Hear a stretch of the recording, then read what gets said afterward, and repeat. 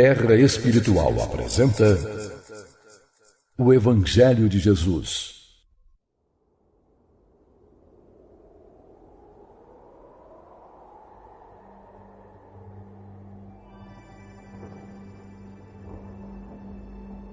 O Evangelho de Jesus,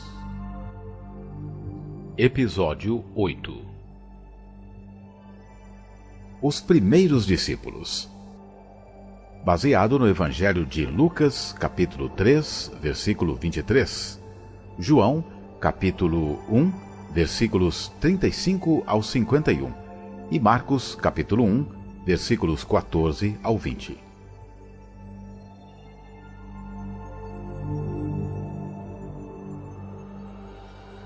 Quando Jesus começou o seu ministério, tinha cerca de 30 anos. Ora, depois que João foi entregue, veio Jesus para a Galiléia, pregando o Evangelho de Deus e dizendo: O tempo chegou, e é chegado o reino de Deus. Arrependei-vos e crede no Evangelho.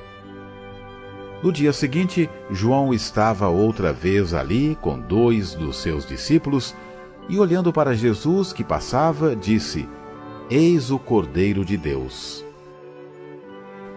Aqueles 2 discípulos ouviram-no dizer isto e seguiram a Jesus. Voltando-se Jesus e vendo que o seguiam, perguntou-lhes: Que buscais? Disseram-lhe eles: Rabi, que traduzido quer dizer mestre, onde moras? Respondeu-lhes: Vinde e vereis. Foram, pois, e viram onde pousava, e passaram o dia com ele. Era cerca da hora 10ª. André, irmão de Simão Pedro, era um dos 2 que ouviram João falar e que seguiram a Jesus. Ele achou primeiro a seu irmão Simão e disse-lhe: Havemos achado o Messias, que traduzido para o grego quer dizer Cristo. E andando Jesus junto do mar da Galiléia, viu a Simão e a André, irmão de Simão, os quais lançavam a rede ao mar, pois eram pescadores. Disse-lhes Jesus: Vinde após mim, e eu farei que vos torneis pescadores de homens.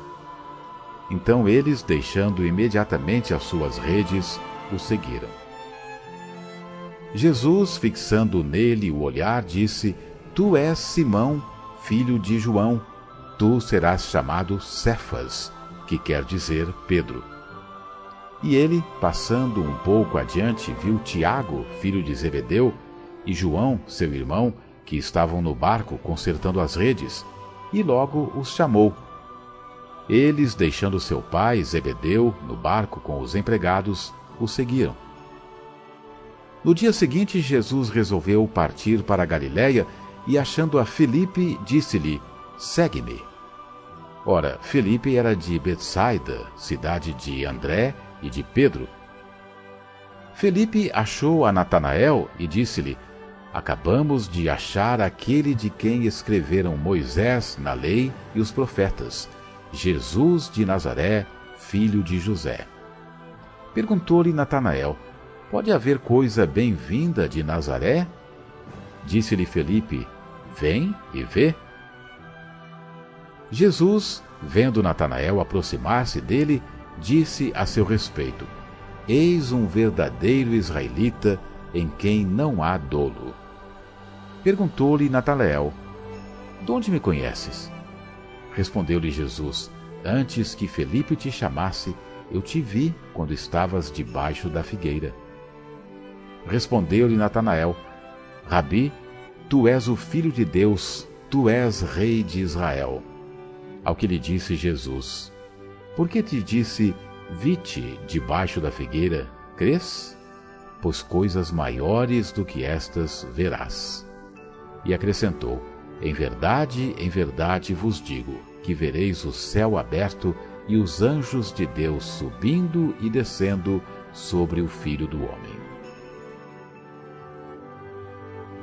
Comentários.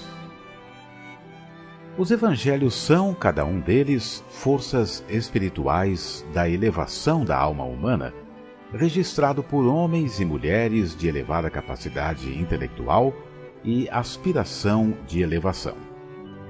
Estes homens e mulheres, ao escrever seus relatos, asseguravam aos seus leitores que parte do que tinham a dizer estava claro e explícito diante dos olhos, bastando para isso o mínimo de uma alfabetização funcional, isto é, o mínimo para saber ler e compreender o que se está lendo. Contudo, outra tarefa seria pegar o mesmo texto e extrair das entrelinhas, para discípulos mais preparados, o suprassumo do ensinamento do amado Mestre Jesus, mostrando e demonstrando para almas preparadas a praticidade do texto, a simplicidade da sabedoria, a singeleza do discernimento e a sutileza da transcendência. O reino dos céus é para todos, porém nem todos estão preparados para o reino dos céus. E até que demonstrem, através de atitudes conscientes e maduras que estão prontos, representam um perigo para a coletividade mais do que uma ajuda renovadora. Os judeus do início da Era Comum esperavam por um Messias enviado por Deus para levar o povo de volta ao Pacto Áureo, onde o único Deus e o seu povo escolhido caminhariam lado a lado. Mas esta época há muito acabou e a nação israelita se entregou à idolatria de si mesma. As profecias anunciavam que viria um ungido Salvador, um Messias, em nome do Senhor Deus. Não o próprio Deus a encarnar-se e sangrar numa cruz reservada a malfeitores, como holocausto pelos pecados humanos, e com isso redimir toda a humanidade. Para os primeiros cristãos, o amado Mestre Jesus é o embaixador de Deus na terra, seu representante, seu filho adotado no batismo unção, porque tornou-se digno. Quem mais o poderia ser em nossos dias?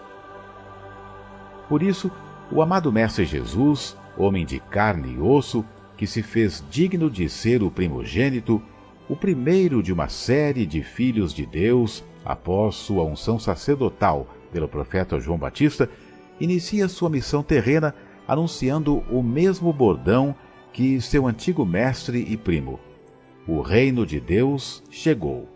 Transformai-vos. Metanoia. Este reino não é humano, não pertence a um monarquista, nem a um tirano déspota ou caricatura de rei.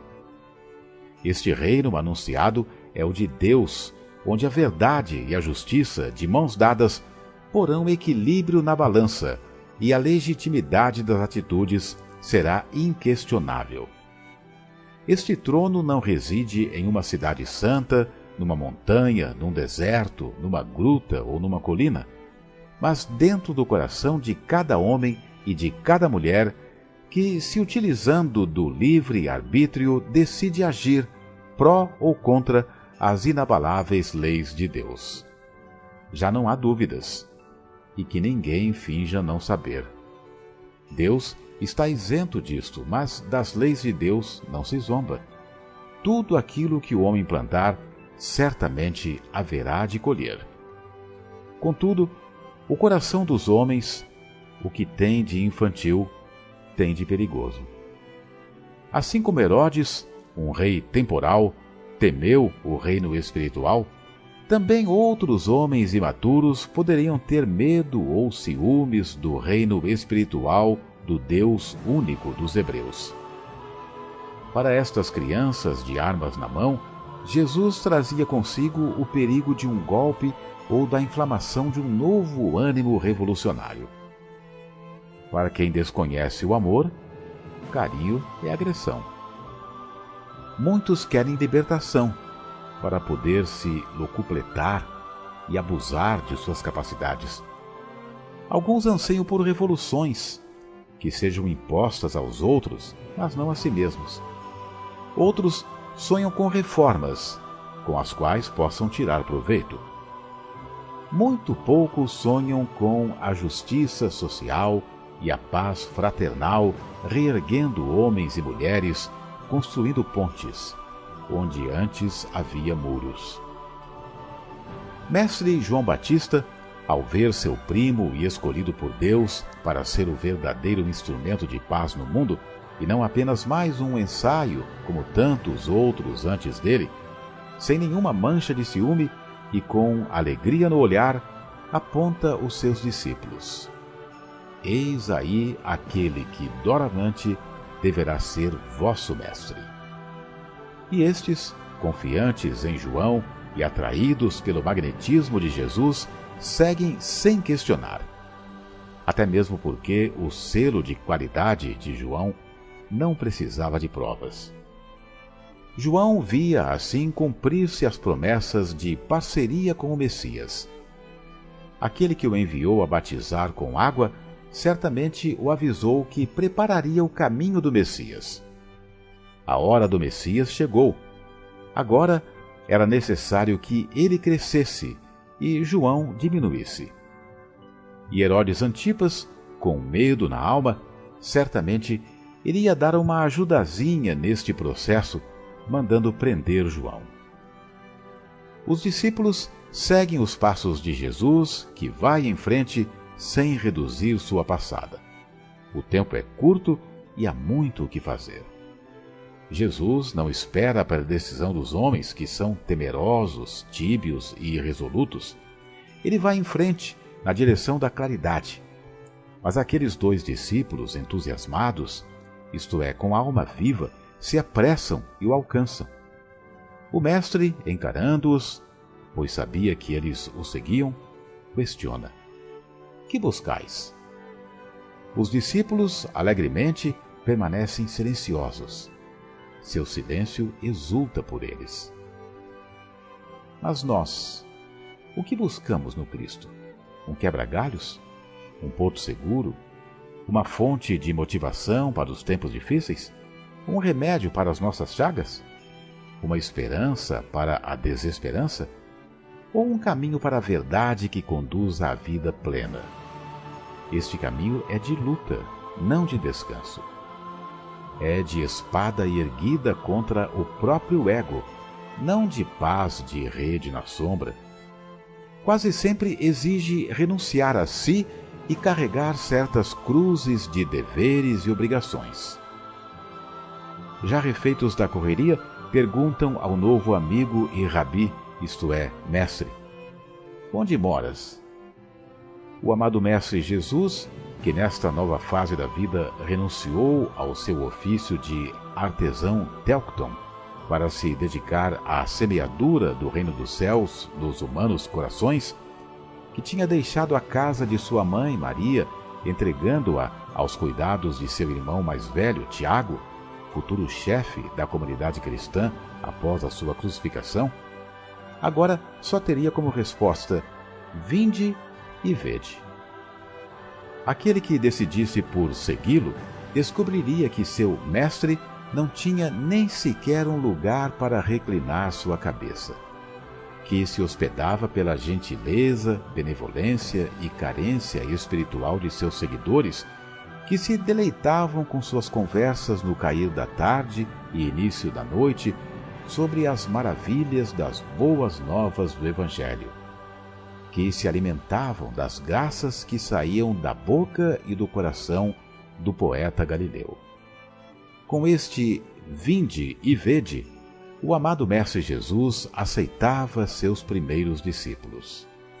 Era mais ou menos a 10ª hora, ou 16 horas, ou ainda às 4 da tarde.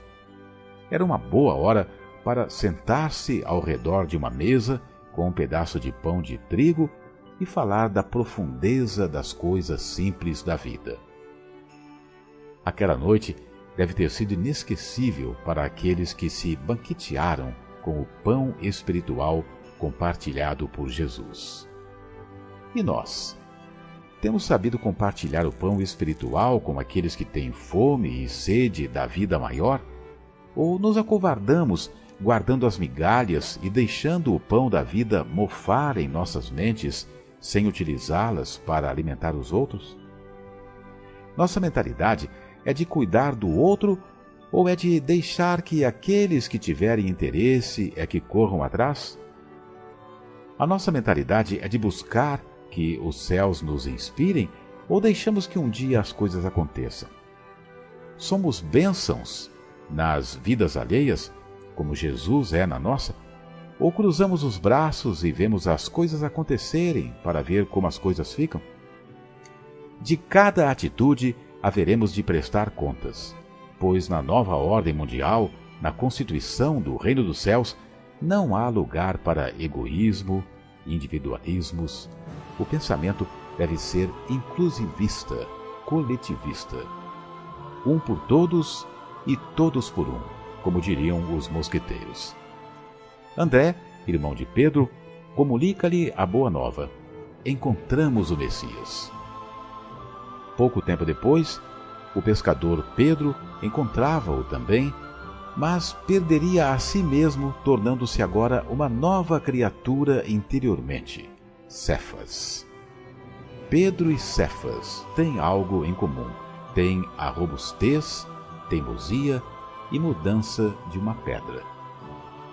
O mais humano dos apóstolos iria variar de um celeste Deus te revelou a um abissal vá de retro, Satanás. Humano instável, mas persistente.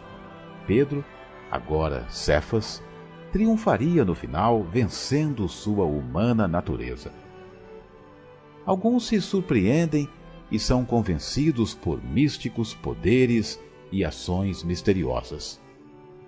Natanael parece ser este tipo de gente. Sua boa índole, seu caráter nobre, contrastam com sua ingenuidade de se maravilhar com o sobrenatural. O sobrenatural só parece ser miraculoso para quem não compreende seus princípios. Para o Mestre Jesus, só existe o natural, pois tudo ele conhece e sabe manipular de olhos fechados os 4 elementos. Sua maestria não foi improvisada. Mas o amado Mestre Jesus comunica a seus novos discípulos que doravante todos veriam os céus abertos, isto é, sem segredos, sem mistérios aparentes, e os anjos de Deus subindo e descendo sobre ele, Jesus, o Filho do Homem. Ou seja, o trabalho é de equipe. As legiões de espíritos angelicais, servos de Deus, sob comando de Cristo Jesus, fariam a propaganda do reino que chegou. Quem tiver olhos de ver e ouvidos de ouvir, se converterá, mesmo que não veja ou ouça, porque pode sentir. Contudo, os insensíveis e mumificados na materialidade, estes terão que esperar o tempo certo pelo despertar, nem sempre agradável. Novamente, o evangelista destaca que os anjos são servos de Deus em serviço sob a batuta do Cristo, também chamado de Filho do Homem, pois homem não dá luz, significando que o Filho do Homem não necessita mais de reencarnações, ao contrário dos nascidos de mulher, que dá a luz, significando a necessidade de renascimento físico. Para ficar mais claro, dos nascidos de mulher não há ninguém maior que João Batista. Mateus, capítulo 11, versículo 11. O amado Mestre Jesus continua sua jornada e, ao longo do caminho, vai se encontrando com gente de todo tipo. Opositores, curiosos, simpatizantes, seguidores, discípulos. Qual é o seu papel nos dias de hoje? O que nos impede de transformar nosso coração de pedra num coração sereno e instrumento de Deus? Descubra, antes que a cegueira ou a surdez impeçam a sua felicidade de vez.